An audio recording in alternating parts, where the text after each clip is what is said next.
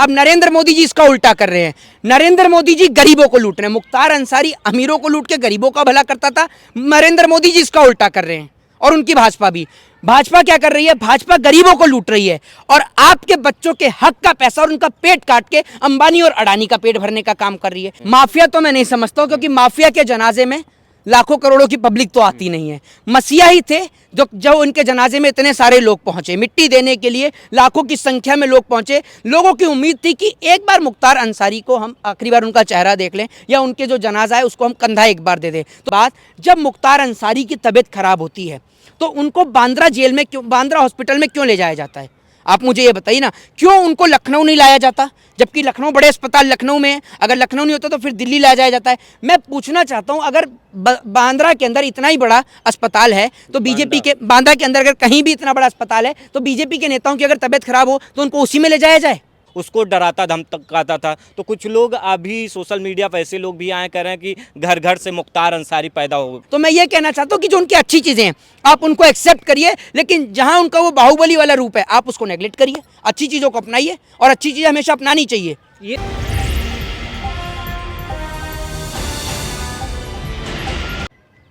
नमस्कार दोस्तों, मेरा नाम है प्रमोद गुप्ता और आप देख रहे हैं जय भारत न्यूज। मुख्तार अंसारी मौत के मामले में जो है लगातार सरकार पर सवाल उठ रहे हैं।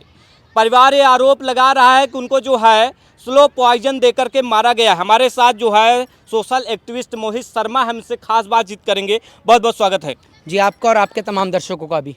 मुख्तार अंसारी की मौत के मामले में जिस तरह से सरकार पर लगातार सवाल उठ रहे हैं, आपकी क्या राय है? आप जो है लगातार मुद्दों पर बोलते रहते हैं।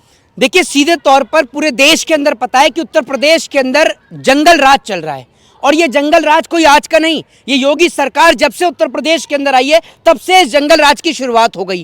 कभी बेटियों के साथ दुष्कर्म होता है, कभी आपने देखा कि बेटियों की इज्जत लूटी जाती है, तो कभी उत्तर प्रदेश की जेलों के अंदर टंकी से एक बच्चा आत्महत्या कर लेता है। आपने सबने देखा, एक व्यक्ति टंकी से आत्महत्या कर लेता है तो लोग हैरान हो जाते हैं कि आखिर पुलिस की कस्टडी में कैसे डेथ हो गई। ये सबसे बड़ा सवाल है। तो मुख्तार अंसारी कोई पहला मामला नहीं है उत्तर प्रदेश का। इससे पहले भी कई वाकये हैं जो उत्तर प्रदेश की शासन प्रशासन व्यवस्था के ऊपर सवाल खड़े करते हैं। बेफजूल में लोगों के घर पर बुलडोजर चलाना, लोगों के घर पर अतिक्रमण बता के उनको घर को बुलडोजर से चला देना। उत्तर प्रदेश के कानपुर की घटना, जब एक और बुलडोजर चल रहा है और वहीं दूसरी ओर माँ और बेटी आग के अंदर जल के झुलस के मर गई, लेकिन तब भी बाबा जी ने कोई कार्रवाई नहीं करी। बाबा जी कुछ नहीं बोले। इस देश के अंदर जो आप कहते हैं कार्रवाइयों का, सबको पता है कि कैसी कार्रवाई हुई। अतीक अहमद, आपको नाम याद होगा, अतीक अहमद के जो मर्डर में जो बंदूक इस्तेमाल हुई थी, आज तक नहीं पता चला कि वो इतनी महंगी बंदूक कहाँ से खरीदी उन्होंने, क्या इंक्वायरी में हुआ? तो उत्तर प्रदेश की शासन व्यवस्था, उत्तर प्रदेश की सरकार और उत्तर प्रदेश के प्रशासन पे ना तो देश के लोग भरोसा करते थे और ना भरोसा करेंगे कभी भी, क्योंकि उत्तर प्रदेश में जब से योगी जी आए हैं तब से कोई भी वहाँ की शासन व्यवस्था और प्रशासन पे जो है भरोसा नहीं करता है। योगी सरकार पर इसलिए भी सवाल उठ रहा है अतीक के बाद मुख्तार, क्योंकि लोग सोशल मीडिया पे कहीं न कहीं लिख रहे थे इस बात को। लेकिन अब जो सोशल मीडिया पर एक चर्चा है कि अब आजम खान की बारी है, इसको किस तरीके से आप देख रहे हैं?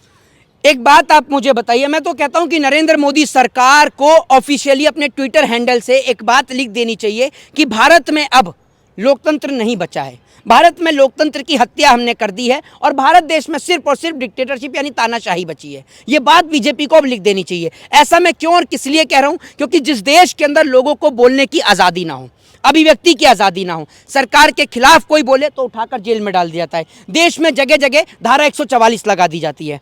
आपको पता होगा कि अभी मुख्तार अंसारी साहब के जनाजे में लाखों की पब्लिक पहुंची, वहां पर डीएम साहब का क्या रवैया था आप सभी को पता है। आपने देखी होगी, वीडियो भी बहुत तेजी से वायरल हुई। मैं पूछना चाहता हूं कि इस देश का कॉन्स्टिट्यूशन हमें राइट देता है कि हम किसी के जनाजे में किसी से पूछ कर नहीं जाएंगे। और दूसरी बात, कोई कोविड जैसी स्थिति तो है नहीं कि जनाजे में 4 ही लोग जाएंगे।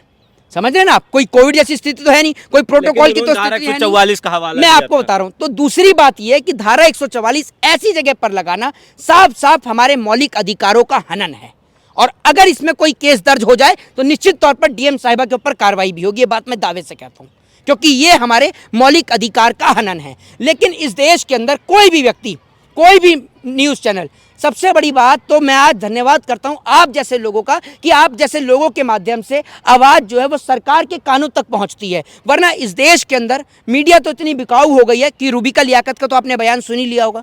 रूबिका लियाकत बोलती हैं कि मेरे प्रधानमंत्री को डिफेंड करने से मुझे कोई नहीं रोक सकता। आपको रोक कौन रहा है? आपको आप ही के समाज के लोग नहीं देखते और सबको पता है कि आप डिफेंड नहीं करेंगे तो कौन करेगा? आप ही ने तो इस देश के अंदर बीजेपी से पैसा किसने ले रखा है? इस देश की मीडिया को बीजेपी ने बिल्कुल अपने हाथ में कस रखा है। आप ये याद रखिए कि इस देश के अंदर तमाम मीडिया के चैनल सिर्फ और सिर्फ बीजेपी को दिखाएंगे। और मैं बीजेपी से कहना चाहता हूं कि अपने पैनलिस्ट को भेजना बंद कर दें, क्योंकि पत्रकार पूरा बीजेपी का है तो पैनलिस्ट को भेजने की जरूरत ही नहीं है। आजकल तो संबित पात्रा भी इसीलिए कम नजर आते हैं क्योंकि उनको पता है कि मैं जाऊं या नहीं जाऊं, मेरा पत्रकार तो वहां पर मौजूद है। पत्रकार इस देश की स्थिति को दिखाने का काम करता था, दर्शाने का काम करता था। मुख्तार अंसारी को लेकर के सोशल मीडिया पर एक चीज चल रही है, कुछ लोग मसीहा बता रहे हैं, कुछ लोग माफिया। तो मोहित शर्मा क्या देखते हैं, कौन सा रूप देख रहे हैं? देखिए एक बात आप मुझे बताइए, माफिया तो मैं नहीं समझता हूं क्योंकि माफिया के जनाजे में लाखों करोड़ों की पब्लिक तो आती नहीं है। मसीहा ही थे जो उनके जनाजे में इतने सारे लोग पहुंचे, मिट्टी देने के लिए लाखों की संख्या में लोग पहुंचे। लोगों की उम्मीद थी कि एक बार मुख्तार अंसारी को हम आखिरी बार उनका चेहरा देख लें या उनके जो जनाजा है उसको हम कंधा एक बार दे दें। तो निश्चित तौर पर ऐसा आदमी गुंडा तो हो नहीं सकता, मसीहा ही था। दूसरी बात ये कि जिसके परिवार से स्वतंत्रता सेनानी हो, जिसके परिवार से पॉलिटिक्स के अंदर भी लोग रहे हों, और ऐसे व्यक्ति की छवि को। दूसरी बात, सबसे बड़ा सवाल ये है कि मुख्तार अंसारी क्या थे, क्या हैं और क्या नहीं थे, इस बात पे चर्चा का विषय नहीं है। विषय इस बात का है कि जब एक व्यक्ति न्यायपालिका को लेटर लिख रहा है और कह रहा है कि मुझे स्लो पॉइजन दिया जा रहा है और मेरे को कुछ ऐसा खिलाया गया जिसके बाद मेरी पूरी बॉडी के अंदर पेन हो गया और मुझे ऐसा लग रहा है कि मेरी डेथ हो जाएगी, और उसके बाद भी उस पर कोई कार्रवाई नहीं होती। और सबसे बड़ी बात, जब मुख्तार अंसारी की तबीयत खराब होती है तो उनको बांद्रा जेल में क्यों, बांद्रा हॉस्पिटल में क्यों ले जाया जाता है?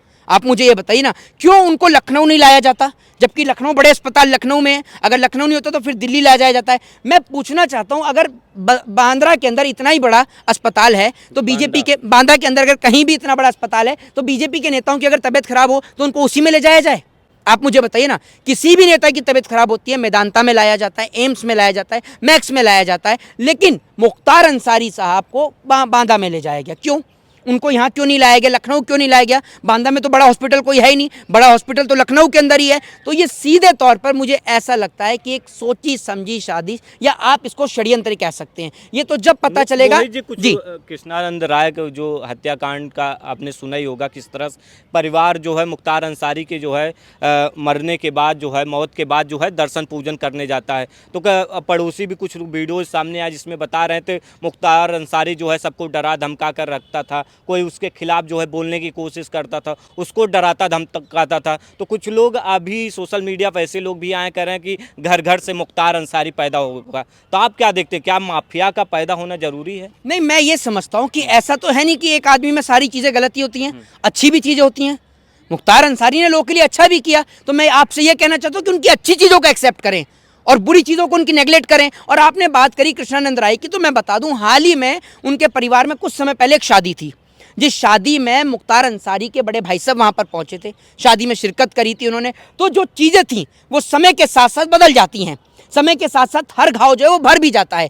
दूसरी सबसे बड़ी बात यह है कि उनकी और उनके परिवार की क्या दुश्मनी थी और क्या प्यार था, क्या स्नेह, ये आपको और हमें नहीं पता, ये वो उनके आपस की रंजिश है, ठीक है। अब आप इसको या फिर ये कह दें कि पूरे देश की लड़ाई, नहीं, ऐसा नहीं हो सकता। दूसरी बात ये कि एक व्यक्ति, अब आप भी किसी ना किसी के लिए गलत होंगे, ये तो है नहीं कि सभी के लिए गलत है, तो एक व्यक्ति किसी के लिए, एक के लिए गलत हो सकता है और बहुत सारे लोगों के लिए अच्छा भी हो सकता है। तो मुख्तार अंसारी भले ही कृष्णानंद राय के परिवार के लिए गलत हो सकते हैं, लेकिन बाकी लोगों के लिए अच्छे भी हैं और बहुत सारे लोग उनको मानते भी हैं। बहुत सारे लोगों का घर का चूल्हा मुख्तार अंसारी से चलता था, तो उनके लिए आप क्या कहेंगे, जरा ये बताइए ना। तो मैं ये कहना चाहता हूँ कि जो उनकी अच्छी चीज़ें हैं आप उनको एक्सेप्ट करिए, लेकिन जहाँ उनका वो बाहुबली वाला रूप है आप उसको नेगलेक्ट करिए, अच्छी चीज़ों को अपनाइए और अच्छी चीज़ें हमेशा अपनानी चाहिए। ये रॉबिन हुड वाला जो कॉन्सेप्ट है, पहले लोगों को मारो लूटो, फिर गरीबों में जो है अपने आसपास के लोगों की सेवा करते रहे चुनाव जीतने के लिए, कुछ ऐसा कॉन्सेप्ट आपको नहीं लग रहा है? नहीं, तो ये कॉन्सेप्ट को तो नरेंद्र मोदी जी ने बदल दिया है, नरेंद्र मोदी जी ने बदल दिया है। अब नरेंद्र मोदी जी इसका उल्टा कर रहे हैं,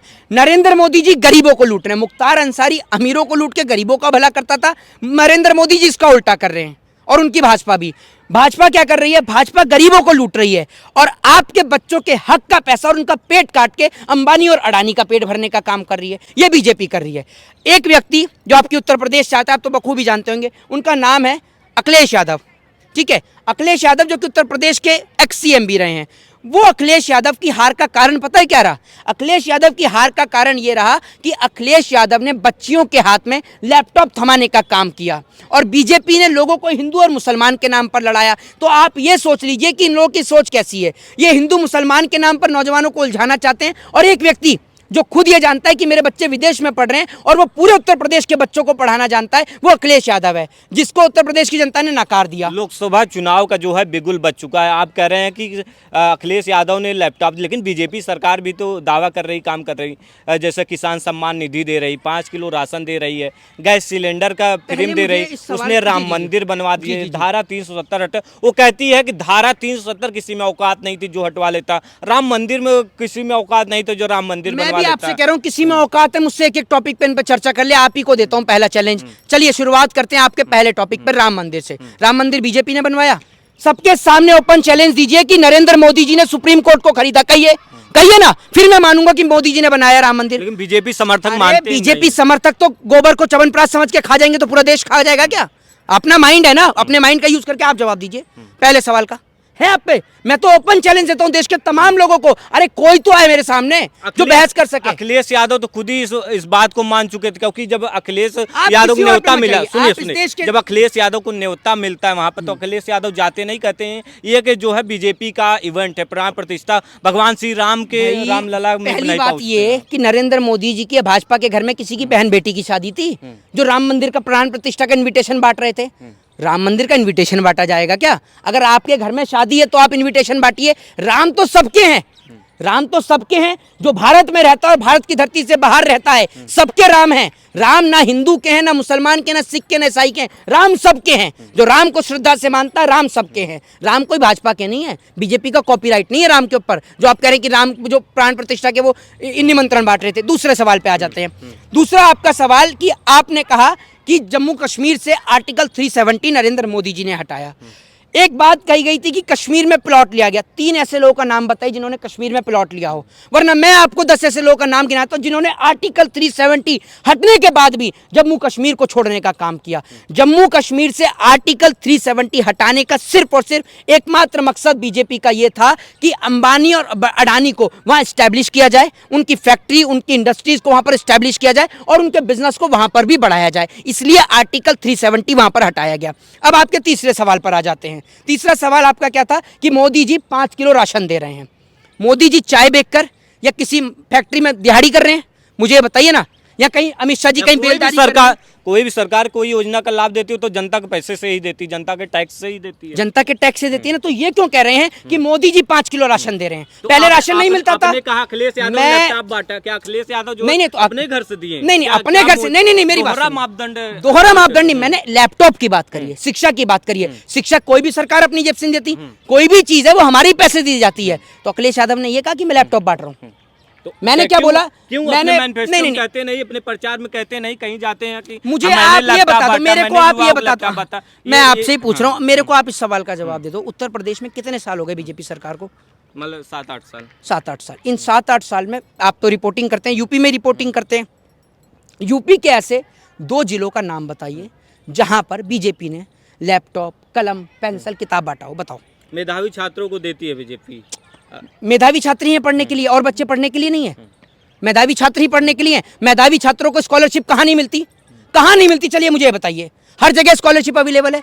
मैं आपसे ये पूछ रहा हूँ, मोबाइल भी बीजेपी सरकार बांट रही है। बीजेपी का एडवर्टाइजमेंट वाला मोबाइल देखा है आपने? यूज किया एक बार भी? वो मोबाइल कैसा है? जैसे 3rd क्लास बीजेपी वैसे ही 3rd क्लास मोबाइल। मैंने देखा है उसको अच्छी तरीके से, और उसमें वॉलपेपर भी मोदी जी का है, ब्रांडिंग। अच्छा मुझे बताओ, अखिलेश यादव ने लैपटॉप बांटे, कहीं पे अखिलेश यादव का फोटो था? क्योंकि अखिलेश यादव ने वो लैपटॉप नहीं बांटे, वो बांटे योगी यूपी की सरकार ने। वो यूपी की सरकार, जिस यूपी की सरकार को जनता ने चुना। मोदी जी रोकना चाहिए। आपने जब लैपटॉप देखा होगा तो उसमें जो सॉफ्टवेयर में अपडेट था सिर्फ अखिलेश और मुलायम की फोटो थी। हाँ। आपने देखा था नहीं? तो अभी क्या है? अभी भी तो मोदी और योगी की है। तो फिर परिवर्तन क्या हुआ? मैं यही तो कह रहा हूँ, परिवर्तन क्या हुआ? जो आपने इनकी जगह इनको लाए, परिवर्तन क्या हुआ? और आप जो कह रहे हैं 80 करोड़ लोग जनता, आज इस देश की स्थिति मोदी सरकार ने बना दी। मेरे घर का डेटा नहीं है। आपको अंत में बताना चाहूंगा कि 80 करोड़ जनता मोदी के राशन के ऊपर जिंदा है। एक राशन की कॉस्ट आती है 5 किलो राशन की 100 से 150 रुपए। अब आप ये सोच लो 80 करोड़ जनता जब 100 से 150 रुपए का राशन नहीं खरीद सकती तो अपने बच्चों को बेहतर शिक्षा और अपने बच्चों का इलाज कहाँ से कराएगी? अंतिम सवाल लेंगे मोहित जी। मोदी जी कह रहे हैं 400 पार, क्या कहेंगे? इंडिया गठबंधन फेल हो जाएगा? देखिए मैं आपको बता दूं, नरेंद्र मोदी सरकार 400 पार निश्चित तौर पर आ सकती है। एक ऐसी चीज है जिसका नाम लेने से भी अभी मना कर दिया गया, चैनलों पर कार्रवाई हो रही है, इसलिए आपके चैनल पर नाम नहीं लूंगा, लेकिन सबको पता है डब्बे में ही सारा डब्बा गुल है, ये बात आप याद रखिए। तो उसकी बदौलत 400 क्या, आप विपक्ष को एक सीट भी नहीं लाने दे सकते, ये मैं दावे से कह रहा हूं, क्योंकि आप बिना धांधली के एक छोटा सा मेयर का चुनाव नहीं जीत सकते। तो आपकी औकात एमपी का इलेक्शन जीतने की सबको पता है। बेईमानी के दम पर बीजेपी सरकार बनाती है, पूरा देश देख रहा है। जय हिंद, जय भारत, वंदे मातरम। अभी हमारे साथ खास बातचीत कर रहे थे मोहित शर्मा, सोशल एक्टिविस्ट हैं। फिलहाल आप कितना इनकी बातों से सहमत हैं, कितना असहमत हैं, हमें अपनी राय जो है कमेंट बॉक्स में ज़रूर बताइएगा।